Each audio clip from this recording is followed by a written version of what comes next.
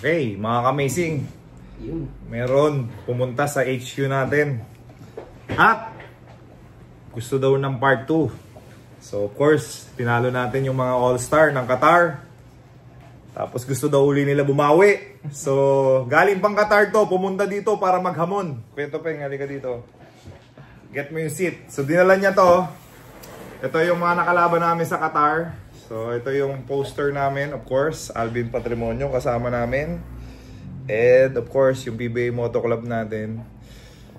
Kuya Topeng, mga amazing. So, what's up, guys? Muy Qatar pa to. Alright, so Kuya Topeng, bakit ka pumunta dito sa HQ namin? Una sa lahat, syempre, yung request nyo na poster, kasi hindi nyo nadala yan, dahil, yun nga, naiwan ko yan. So, para makabisit na rin dito, tsaka makita kayo. And then, yun nga, planuhin na rin yung second, part 2 ng pagpunta nyo sa Doha.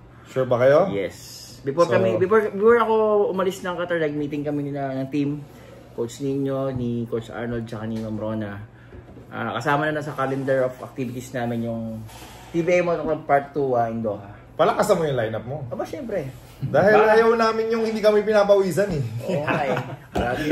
Grabe, parang solid na yun. Yun na yung pinaka-solid na lineup. So nakita nyo na yung galawan ng Cyrus Baguio, Peter Yun Simon. Grabe, di ba? Grabe, oh. Oo, may Jerwin Gapo pa. Para hindi retired eh. Sabi nga ng mga kalaban nila eh, talagang grabe, talagang para bumaspring yung paa eh. Imagine mo yung Alvin Patrimonio, kung may form pa. Tsaka hindi lang yun. Yung pinagpa-practice namin kayo. Sabi niyo hindi niyo na kailangan. Tapos sabi ko, sa bagay, mga ano na eh. Yan na yung hanap buhay nila dati. Then yung naglaro, grabe, yung play. Kala mo, pinractice eh. Oo, kala mo nag-practice kami, no? Wala yun, instinct na lang yun. Ang tawag dun, basketball instinct. Kumbaga, bawat galaw ng bawat isa sa amin, alam na namin kasi. Nagbantayan kami before. Oo nga eh. Magkakampi kami most of the time, pero some of them, magkakalaban before, nasa scouting report namin. Hanggang ngayon, alam namin yung scouting report ng isa. So pag gumalaw sila sa loob ng court, alam namin paano ipapasa, saan sila pupunta, at ano yung capability nila. Kaya nung pinapapractice mo kami, pumunta naman kami para lang makasama namin yung mga shoot around. Oo, mga kapwa basketball player, mahilig sa basketball, saka yung mga kababayan natin doon, makapag-meet and greet na rin at the same time. But, hindi namin kailangan mag-practice. Grabe talaga. Alright, Kuya Topeng, thank you sa pagdala nito. Grabe, yung request namin. Personal mong pinadala, oh. Tapos yun nga nakalimutan ko pa yung ipapirma ng mga jersey kasi ako yung like kasama yun nung kayo sa Qatar, ako pa yung hindi nakapagpapirma. Ito lang, Kuya Topeng, ang masasabi ko dun sa pag-alaga nyo sa Qatar. Si JJ na mismo nagsabi, kami dun, well taken care of. Kumbaga, hindi nyo kami pinabayaan from day 1, pagdating namin, hanggang sa nagkaiyakan pa nga tayo sa airport. Dahil yung short time natin na magkakasama, technically, para tayong naging mag-family na. So I think ito yung sa PBA Moto Club, ito yung naramdaman ko sa grupo namin sa mga sumasama. Naka-specific kami na love namin yung mga na-appreciate namin yung mga katulad nyo na nag-invite sa amin, lalo na sa mga international event. Dahil pati Canada pinapabalik kami. Pati New Zealand part 2. London. Pati London. Ito, babalik na kami ng London. So, kung babalik kami ng Qatar, why not? Dahil masaya naman kami sa ginagawa. Ayun na maganda. Para nga maging setup.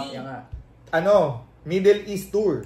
So, dahil magkakalapit lang naman yun, ikutin na natin. Supposed to be dapat ganun sana eh. Yeah, pero yun nga, syempre, hindi rin natin makokontrol kung ano yung ibang organizer. But, nung sinabi ko sa inyo na sa Qatar, sa CRAN, Sports Event Management, tinanong ko kayo mismo na, sure ba kayo kahit walang ibang cities, kayo lang ang shoulder sa amin?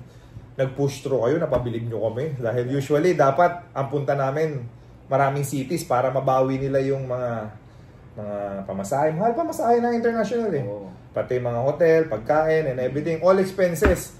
Sinagot ng CRAN Sports Management. So, ang galing nyo. CRAN Sportswear and Naji Sportswear, #1. Yes, sir. #1. So, Eto, si Kuya, alam mo nakalimutan kong i-ambush interview si Kuya Ninyo Geli.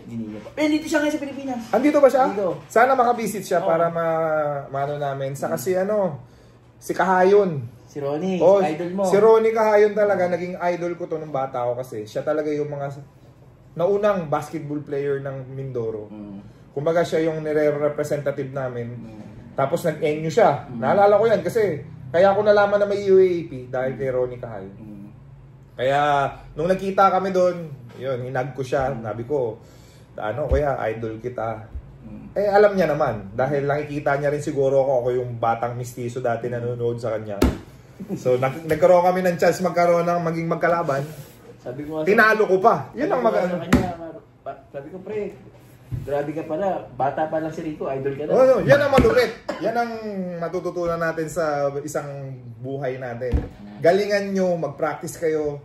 Tapos pag magaling na kayo, talunin nyo yung idol nyo. So tinalo namin yung Ronnie Kahayon. Pero mabawi yan? Mabawi daw? Mabawi yan. Okay. Mag-import yan, mag-import. Alright. So mga amazing. Kuya Topeng, thank you sa pagbisita sa PBA mo. Thank you rin sa pag-welcome sa amin. Babalik kami dito. Yeah, unfortunately wala sila JJ kasi pumunta ka late na. Sakto, buti naabutan mo kasi patapos na rin ako mag-gym sa taas ng HQ namin eh. So pagbaba ko, sakto, nandun, nakasarado yung HQ. So, Chi, balik natin, Chi.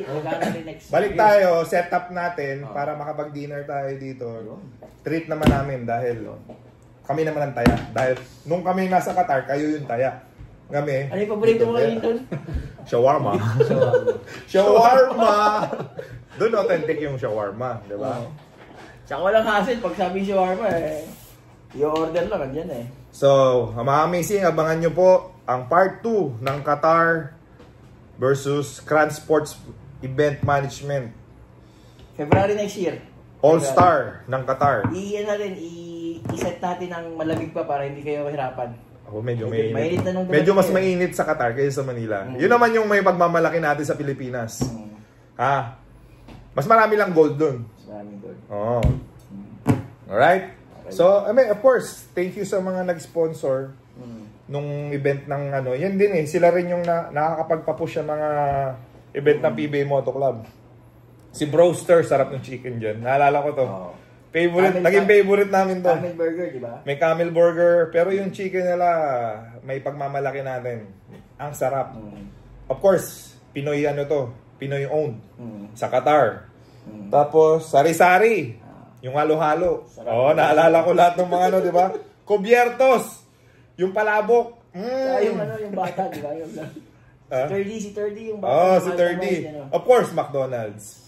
Pinoy owned doon, McDonald's doon? O hindi? Mga talaga? So, grabe sumuport sila. So, of course, sana kasama pa rin si Boss Cap.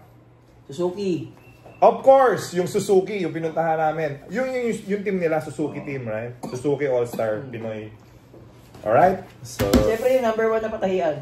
Of course, ang ng jersey ng PBA Moto Club sa kanang Kran Suzuki, ang Naji Sportswear. Number 1, amazing. Alright? Thank you so much. God bless. Thank you, Boss Rix. Balik kayo pag nandito na si JJ, tayo, set up tayo. Message ako sa'yo. Qatar, we'll be back. PBA Moto Club, amazing.